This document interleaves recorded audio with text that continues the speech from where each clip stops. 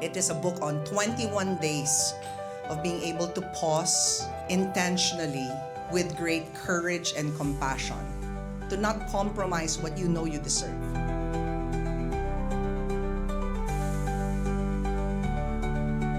Welcome everyone to Moment with Coach Pia.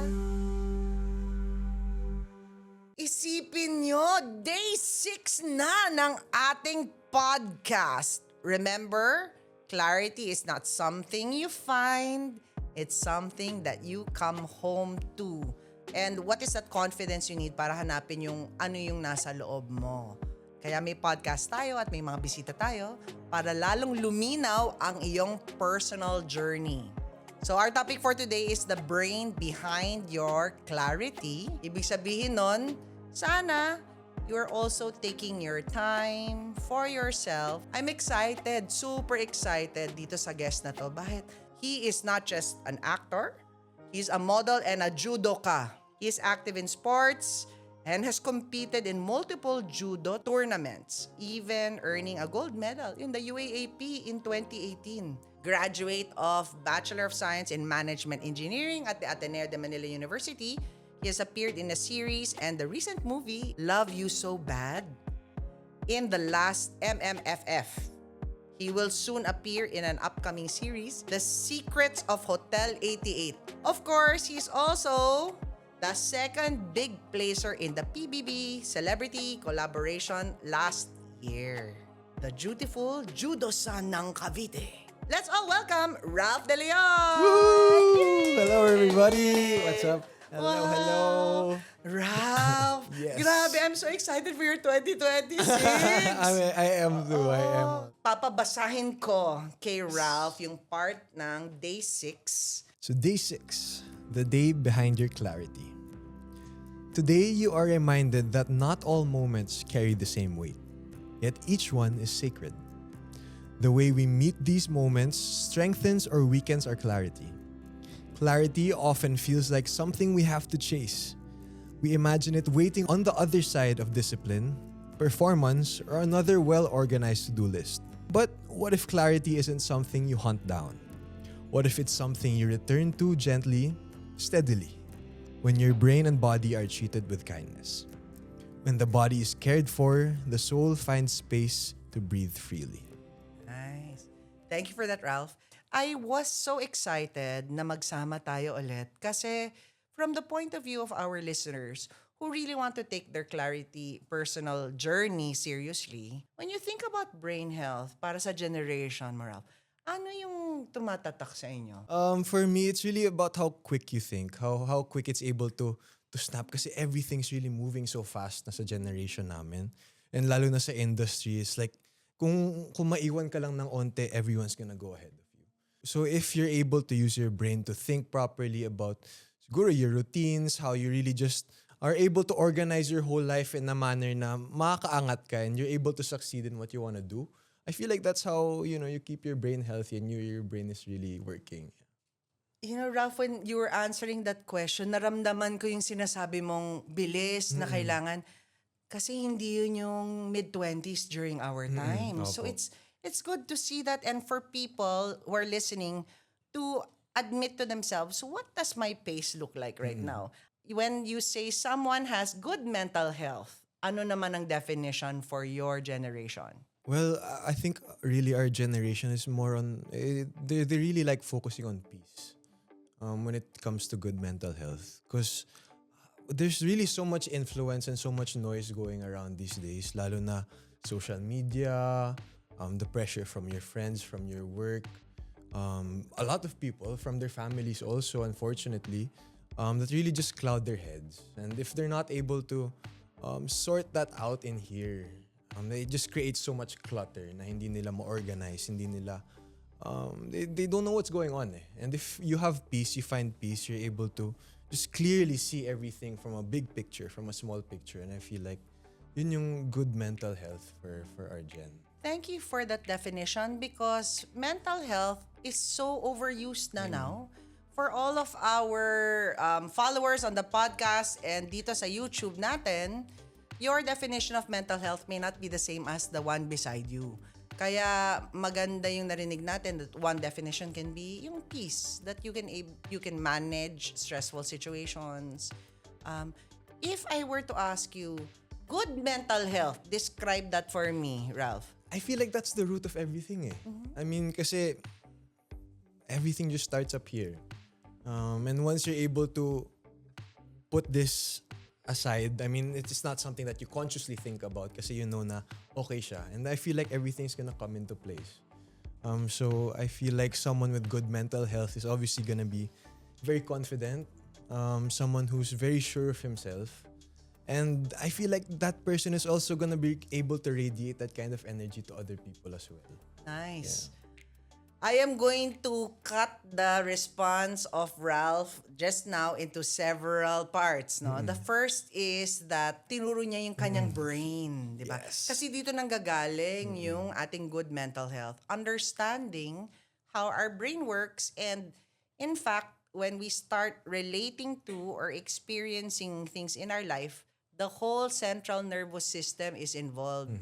That is actually the key and not just the heart. What's some words or phrases from what you read you're curious about or you feel our listeners sa podcast can learn more from? Actually, when I first read this excerpt, it is really the chase. Yung chase talaga is something that really stuck out to me kasi all this time, I mean, guys, kung alam nyo lang, kung nung palamunin pa ako sa bahay ni Coach Pia or Tita Pia to me, I was mainly focused sa academics ko, sa athletics ko, and none of this other stuff sa showbiz yet. So, I was really I wanted to get to where I wanted to get.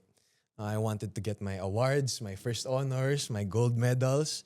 And it is always about that chase. And now reading na this is not that. Clarity is not something that you have to chase. I'm curious lang on if, like, how am I supposed to manage that kind of thing? Yeah. Let's talk about what did success look like at the time kasi may excitement yung chase. So for all of our listeners, kaya doon nakafocus sa chase kasi merong hinahabol na goal, meron kang hinahabol na when you get there, wow, may anticipate ka. So in your case, what were those milestones that you were fighting for, that you were moving towards? Anyone doesn't know, kami nga yung nerds, kami yung honors class ng Ateneo. So all of us wanted really to get that first honor or second honors in our classes. So yun, that's one of our metrics of success that time, syempre, kasi we were in school. Academics was very important for us. And as someone who was also in the varsity team ng judo, gold medals and championships were also in my head. Just seeing how hard the people around me trained and how good it really felt for them to be able to win and to be able to honor the people around them working just as hard because of what they were able to achieve. But I wanted to just taste that same kind of glory din. Okay. Thank you for those two examples, Ralph. So we'll talk about those two examples separately. If the first example of Ralph is other people around him had a common chase, the nervous system feeds into that experience and then responds electrically different in the entire body. It affects the way you're sensing. That now can be defined as certain feelings. Kasi iba yung sensing na 5 senses. May 6 sense nga, sinasabi nila, diba? Tapos iba pa yung feelings that arrive from the senses. If you're by yourself, and if Ralph, in that situation, was the only one who wanted to receive honors, iba yung focus na kailangan nun, iba yung definition of the chase. So my question to all of those listening on the podcast is, yung sa chase mo, nag-iisa ka ba? Or nakikita mo na nahahawa ka sa paligid mo? Kaya iba yung stress nun kasi marami kayo gusto nyo yun. So, pag nakikita mo na gusto mo, tapos gusto rin nila, iba yung impact sa body. And so in this day, we are relating their experiences of people to how the body is now responding. And particularly how the brain is working. Your second example, masyado ka kasing achiever, no? Hindi ka lang academics, no? Bihira to guys, athletics pati. Your second example, which was the UAAP, the medal. You mentioned how it mattered to you also that the people around you, can you say that again? For us, if you win a gold, parang it feels like everyone won also. Kasi they were the ones who were training with you, you wouldn't get better if they didn't beat you up, or if they didn't or if they didn't spar with you, or they didn't do form practice with you, or they didn't pour their own blood, sweat, and tears into whatever you were doing. So it's more of, it's a shared victory also. So in an individual sport, for me, that's very rare. Yeah. So would it be safe to say, the way you're defining it, because I've never seen it this way before, that if someone else in your team got a medal and it wasn't you, you felt like kayo yon. Kasi you trained together, you sparred together. Hindi ka magkakaroon ng medal, kakasabi mo lang, kung hindi ka nagpabugbog or nang bugbog ng kasama mo sa team. Tama po. And that's a good literal experience of how the brain and life experiences magnify a chase. Because chasing in this day and age, especially with social media, especially with things coming so quickly, yung nangyari lang a few seconds ago, you can see it online. Hindi kami lumahing ganun, Ralph. In your case, the what is coming to your brain, everything that's being absorbed by your senses is 1,000,000 times. Now, I love how you have now used the collective when you said, kaya pag may nag-medal na isa, feeling namin lahat kami naka-achieve nun. And buti na lang, you're so humble, anak. Buti na lang. Kasi sa humility mo, you weren't saying na, ako lang nakakuha ng medal, ganon, and then make other people in the teams feel bad. Yeah. So the chase right now can be seen in positive ways or can be seen in negative ways. Can you tell me more about a negative chase for people in your generation? So again, you mentioned social media kanina. For a lot of people in our generation, they find a lot of validation from that. And lalo na sa industry namin, kami kasi we're very stuck on our phones. Kasi we tend to really just look at the opinions of people to try and adjust based on what they want, based on what we read. Kasi sa amin minsan feeling namin kailangan namin masatisfy yung tao para maging mas popular kami, o para maging mas to be more likable in general. So we chase that sort of high na finally people are saying good stuff about me. And then when it turns around on us, and people find something wrong with what we're doing or find something bad about how we're acting at a certain point, then it all goes downhill. It all goes to a point where we call it doom scrolling. Yeah. Yung sobrang kahit sobrang sama na nung binabasa mo, tuloy-tuloy ka pa rin kasi it just feeds something in your brain na we can't explain. I hope we can get an explanation here also. But it's hard. It's hard to chase that kind of thing kasi unang-una, you're not sure about what you're gonna be able to read. Number two, it's not healthy at all. But it's something that, I don't know if it's that dopamine that we get from being able to see so many things about ourselves that make us either feel better or worse. Pero parang feeling ko yun yung number one talaga na sakit ng generation namin. Nabanggit mo yung doom scrolling at dahil parang anak na rin kita, yung thirst trap na ginawa mo, parang nakadagdag sa doom scroll ng kailang mga tao sa mundo. So, paki-explain mo yung thirst trap na what was on your mind? Kasi nagulat din ako, anak, na talaga ba? I didn't know the term thirst trap, but when I saw those pictures, this is Ralph today. Okay, explain to me. Kwento mo lang, ano yun? So basically, kami po tita, nag-siargao kami ng friends namin. Yes. So we were there, actually until recently, until the 6th lang. And then sabi ko, parang okay na background to And hindi pa ako kumakain ng lunch, hindi pa ako medyo nag-diet pa ako for the trip. Sabi ko, sige na nga. Maka-post nga ng isang shirtless picture nga para lang, I mean, it's been a while since I did it. And I mean, ako comfortable naman ako sa skin ko. So sabi ko, okay, sige. Kung maganda yung kuha, why not? Sige, post natin. Hindi naman siya distasteful, hindi naman siya bastos kung titingnan mo lang siya as a picture. But again, yun yung sometimes na gagawa ng social media.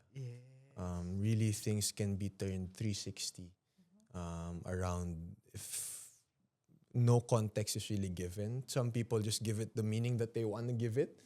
And that's, that's the risk of being, putting yourself out there like that. Yeah. You were saying, ang ganda ng background. And hindi pa ako nakakain, so I know this will be a good pick. That was the only thing on your mind, di ba? Nakaka-thirst trap siya sa ibang tao.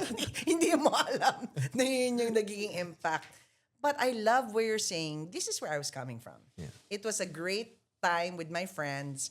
And I have been taking care of my body. Tamang-tama, ang ganda ng background. Let's do this. Yun. So the confidence that you're coming from, yun yung gusto nating clarity behind the brain.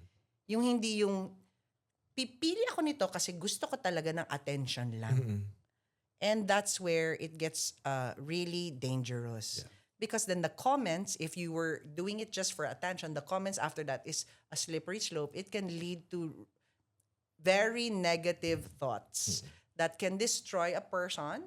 Baka hindi na nila masalo sarili nila after. No? That's how vulnerable we can get. When you look at it in that context, and I love it that you're representing this for us, Ralph, na you can be yourself, you're comfortable in your skin, and sabihin man nila whatever. Hindi mo akalain na thirst trap tatawag nila doon, ano? Hindi, alam ko na po. Alam ko na po. Okay na! Alam ko na po yun. Okay, kasi I'm not familiar. Okay, go ahead. Kasi anytime you post that kind of picture po, that's what they're gonna call it. Right? Okay. Actually, funny thing is, after I took that picture, so kumain na po ako, ganun. So nagmotor na po kami pauwi.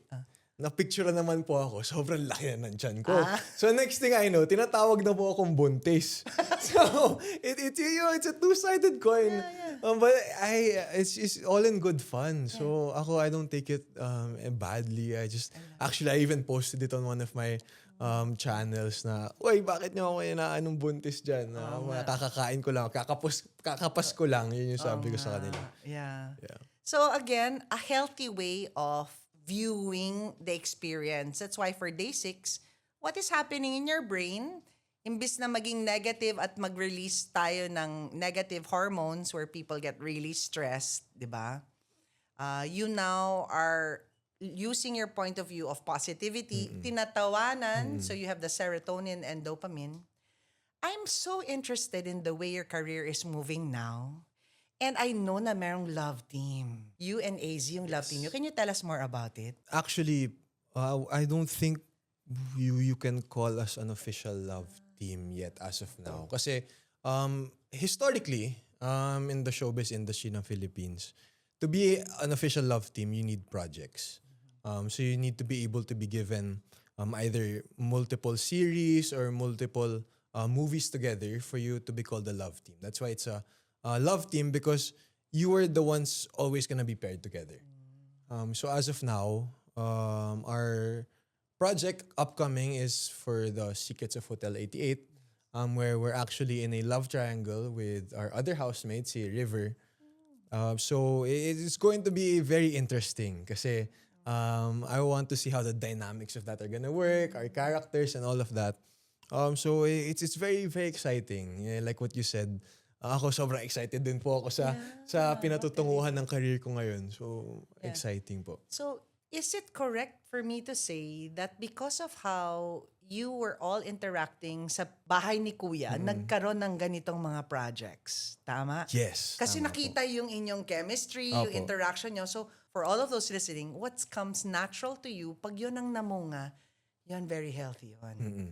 If your friendship, the three of you, nagkataon na kayo, magkasama kayo sa project o Hotel 88, yung initial chemistry nyo was talagang everyday, just being yourselves. Tapos ngayon nagkaroon ng project, iba yung pagkakilala nyo sa isa't isa, yung iba yung comfort nyo sa isa't isa. Tama ba? Tama po. Opo. Oo. So if you were just introduced na project na to, hindi kayo nagkaroon ng PBB, what do you think would have been the difference? There's usually that awkward stage. And I feel like being in a house together for 4 months, wala na yun eh. Wala na po yun. Hindi na po namin kailangan maisip na, ay baka mailang to, baka hindi to comfortable sa mga eksena, baka mahirap katrabaho to kasi yung ugali nito, ganito, ganyan.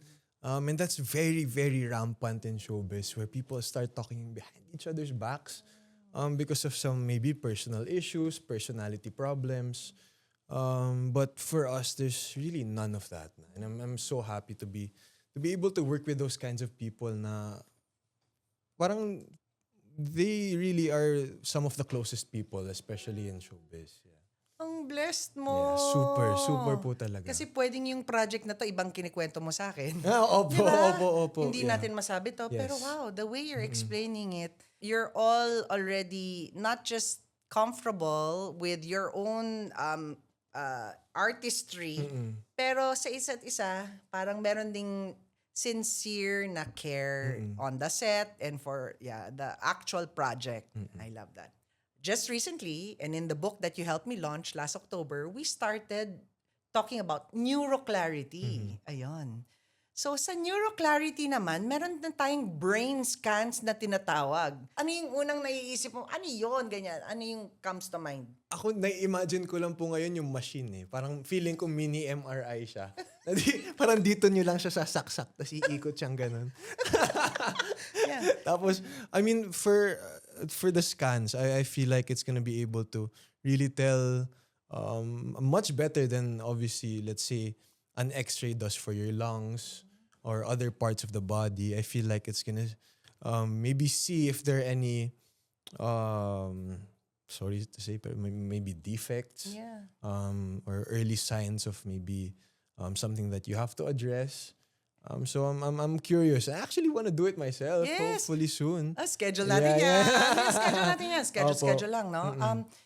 I'm glad you used that kind of introduction for Neuroclarity because we want to be curious about our brains and get answers back. Right now, in Neuroclarity, you can actually come for a brain scan and we will show you how you can optimize the blood circulation and the heat centers of your brain. So if you have your brain scan, we can show you on the scan which parts of your brain do not get the right amount of blood circulation. Kaya pala, konting ganun lang, naiinis ka na. Because all parts of our brain need equal blood distribution. So yung tao na dito sa prefrontal cortex niya, merong makikitang scalloping na tinatawag sa brain. May parang uka-uka dun sa scan. Ang ibig sabihin nun, may idea siya, pero ningas kugon, hindi niya tinutuloy. Kasi may scalloping yung brain. Literally, you see the heat centers kung kalat-kalat yung heat. Kasi our brain works electricity yan, ano? Pag nakita mo, sobra yung heat. That means there's an over-functioning and literally, hindi nagpapahinga yung thoughts, which is also difficult. Your brain needs to rest. And some people's brain, when you look at it, it is fired up. So much so, it explains why the rest of their body may aches and pains. As an athlete, I'm sure you were very sensitive to aches and pains. Yes. Right? So, tell me the difference between aches and pains when you're stressed and aches and pains just because it's an ordinary pain. I feel like the ordinary ones for sure are the sprains that you get. You know how you got them. It's a different sort of pain compared to when I'm getting, the headaches. Kasi it the ones that happen usually in my head, it's either it's throbbing or you can feel it like, I don't know how you call it. It radiates or it does. starts pulsing from one point all the way around your head. So for me, that's something na, but it's not just hitting one point. It starts from one point and then goes around everywhere else. And then it just gets worse and worse until maybe you take some medicine to fix it or you rest. And like what you said, you need a lot of sleep whenever you start feeling that kind of stuff. For sports injuries, I feel like there are really a lot of fixes already. A lot of direct ways on when you have to go to rehab or when you have to go to physical therapy or when you have to do maybe your cold plunges or your hot therapies. But I feel like for the brain, there really isn't much of that yet. There really isn't. When you supported our book launch, I was really so proud. Parang feeling ko nag-full circle ng konti yung level up ng ating services for people who need help. Because someone like you who is using your platform now to help people also, hey, be more attentive about your wellness and be proactive about it. I really want our listeners to think of, don't focus on the problems now. There's always something good you can look back to. A lot of people kasi they like focusing on the problem. And that's where the brain ruminates. And you were saying may radiating, may pulsating. So day 6 is our first foray into that neuroclarity. And we're so proud to say that we have those brain scans already in this side of the world. Dati, sa United States lang yan, Ralph. And now, we've already done more than 20 scans in the Philippines. Wow! I know! I'd love for us to say, how can we intentionally take care of our body and in doing so, be mindful na pag sinabi mo yun, brain mo is working more positively. So, if you were to give a few tips, 2 tips of how someone can intentionally take care of their body, what has worked for you? As an athlete, it really boils down for me to diet and exercise. It's what you put into your body, what your fuel is. Kasi once you feed it junk, it will feel like junk. Ako, aminado ako, medyo mahilig ako sa mga potato chips, sa mga snacks, sa mga instant noodles. But I always make sure na makakabawi ako. You have to feed yourself the right things so you have enough energy throughout the day and you're not even gonna have to think about, grabe, parang ang taba ko ngayon or I'm not feeling as energetic as I would like kasi tama yung pinapasok mo sa katawan mo eh. And in terms of exercise naman, it is one of the things na I really am an advocate for is just go out and do something. Just try a new sport, try a new activity. Kasi you're gonna find out, if you don't enjoy this, okay, fine. You can set that aside and there's still so much more to do. At least you're giving yourself a break, an opportunity to cut out of your daily routine and from something na you think maybe so plain, pagod na ako sa trabaho, pagod na akong sa stress ng buhay ko, blah, blah, blah. If you have the time and the luxury to be able to go outside and take a walk or take a run when it's nice and breezy, kung gusto mo after ng trabaho mo sa gabi, maglakad ka lang mag-isa. No phone, no distractions, I'm telling you, is one of the best things. Palakpakan si Ralph, ang galing ng diet and exercise, I wish it were that easy for everyone. Hindi po para sa akin nagwa-work yun. People like me, we want to say diet and exercise not come as easy. But when I think about my health, yes, I have to. Pero pag sinabi lang sa akin diet and exercise, mas stress ako. May mga ganon, parang ako nabagna. And then I have to say, no, how about my health? Ayun, so iba. And then just stay active, like what you're saying. Thank you so much. So sa lahat na nakikinig sa podcast for Day 6, The Brain Behind Your Clarity, ganun pala yun yung organ ng brain. Ang dami pala niyang involvement. And like what I said, bakit hindi siya kasing sikat ng puso? Yung puso, palagi inaalala, cardiologist, sikat na sikat, di ba? Yung brain health, narinig nyo na ba sa Philippines? Hindi masyadong pinag-usapan. Mental health, yes. Pero yung brain health, brain as an organ. So all of the curiosity you have for your brain is unique, you are special. Ano kaya yung mga kailangan mo to let go of the chase? Kasi kanina pinag-uusapan natin yung chase. Merong negative chase. Ayun na, atin yun ha. Alam natin negative chase kasi literally, bumibigat. You can feel heaviness here. You can feel heaviness in your feelings. And when you're trying to put it into action or behavior, heavy din siya. Hirap buhatin yung katawan mo. But the positive chase flows. The positive yung thoughts mo. At alam mo, hindi ko kailangan i-affirm. Tama talaga siya. Tapos yung feelings, you don't have to convince yourself. Nagfo-flow siya. That's called the clarity zone. And I also talk about that sa moment to moment. Ang dami nating natutulungan, Ralph. I'm so excited. So maraming salamat ulit sa ating guest. Thank you for having me po. Thank you so much.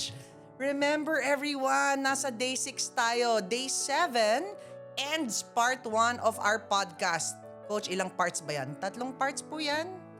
Magpa-part 1 ending na tayo soon.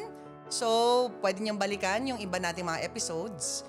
Make sure that you don't just like, subscribe, and share, but have meaningful conversations with other people that matter most to you. Because clarity isn't something you find, it's something that you go home to. See you soon! Bye! Bye!